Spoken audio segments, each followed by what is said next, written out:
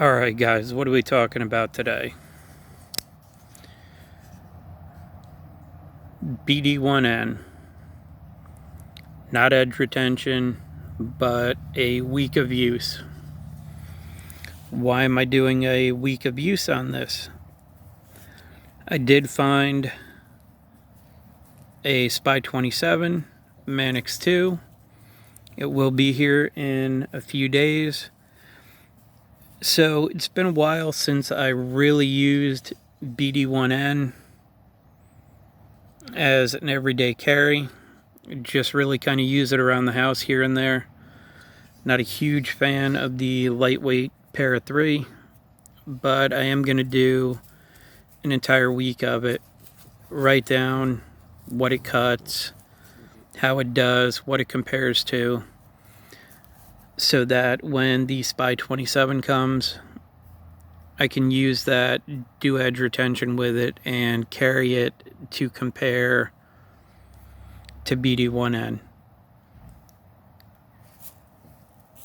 I carry S30V plenty, know exactly how it performs. I carry XHP a lot, know exactly how it performs. I'm going to say now I think the SPY27 is going to fall between S30V and XHP in edge retention and in use as well. Could be wrong. I just think that's about where it's going to fall. So I'm curious to compare it also to BD1N. Refresher on this. And this also came in. Pretty nice example of the K390 Endura. Really happy that I picked this up. It did finally come. So now I can compare this to the golden K390.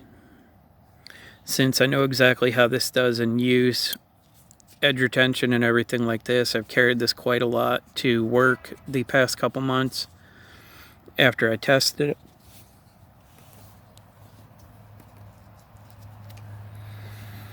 And I also did find this little 9CR18 Schrade, so I can finally test that. I think I'm going to go ahead and do that with the sun cut stuff and throw it all into one video. I'm curious to see how this does. I would have thrown it in the other video if I'd have been able to find it back then. I do have it now.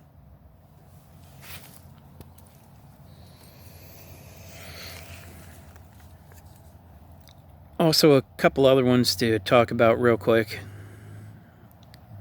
This one, I did do the factory edge retention on it, and it did fairly different than the other sun cut stuff did. So I will stick that in the, either going to stick that in the sun cut video, or I may stick it in with the Crescent here, because this one did rather poor on the factory edge, and I was really surprised what it did with just one sharpening. Now, unfortunately, I cannot sharpen this one on the KME. This is freehand on diamond plates, because if you can see that right there, not only is the plunge grind off to one side, it also starts further back on this side than it does on this side over here.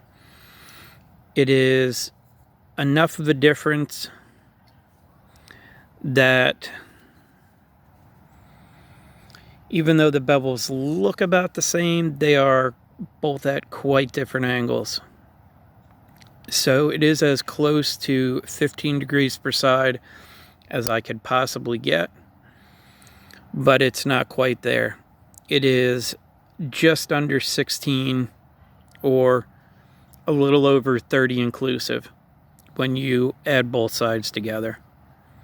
But surprised by what this one did on just one edge. This video will be from the factory edge that you guys already know that it only cut 3 feet through when it verifies under 10% of a difference in testing.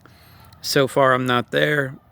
I'll see how long it takes to get there, and hopefully in the next couple days I can get this video out.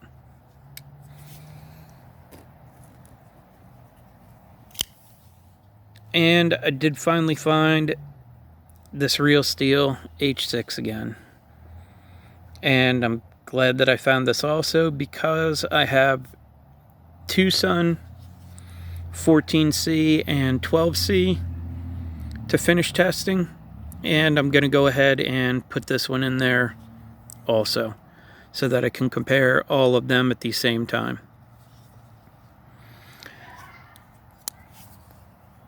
Also, the videos that you guys did see, I had previously recorded, and I worked a ton. I had break from my regular job over Christmas, but I did a ton of floor work in the meantime. Didn't get to respond to much of anything for comments in the comment section. I'll try to catch up on that when I can. Not sure when that will be. Hopefully this will be done, the BD1N, by the time the SPY27 comes. And when that SPY27 comes, I know that Steel to Stone had mentioned no one's tested it. I was waiting on the Manix to come out. Now that I was able to get one, as soon as I get that, I am going to go ahead and sharpen it enough to go ahead and do the edge retention. I will do the factory edge real quick, and then I'll go ahead and do the edge retention and get that out as soon as possible, because I'm curious about that one also. But that's all I have for this one. Just a quick video for today, and we'll be back to edge retention. And I did see a bunch of the comments about the toughness type videos, and I'll get some more of those done this week. But that's all I have. As always, I appreciate your time, and thanks for watching.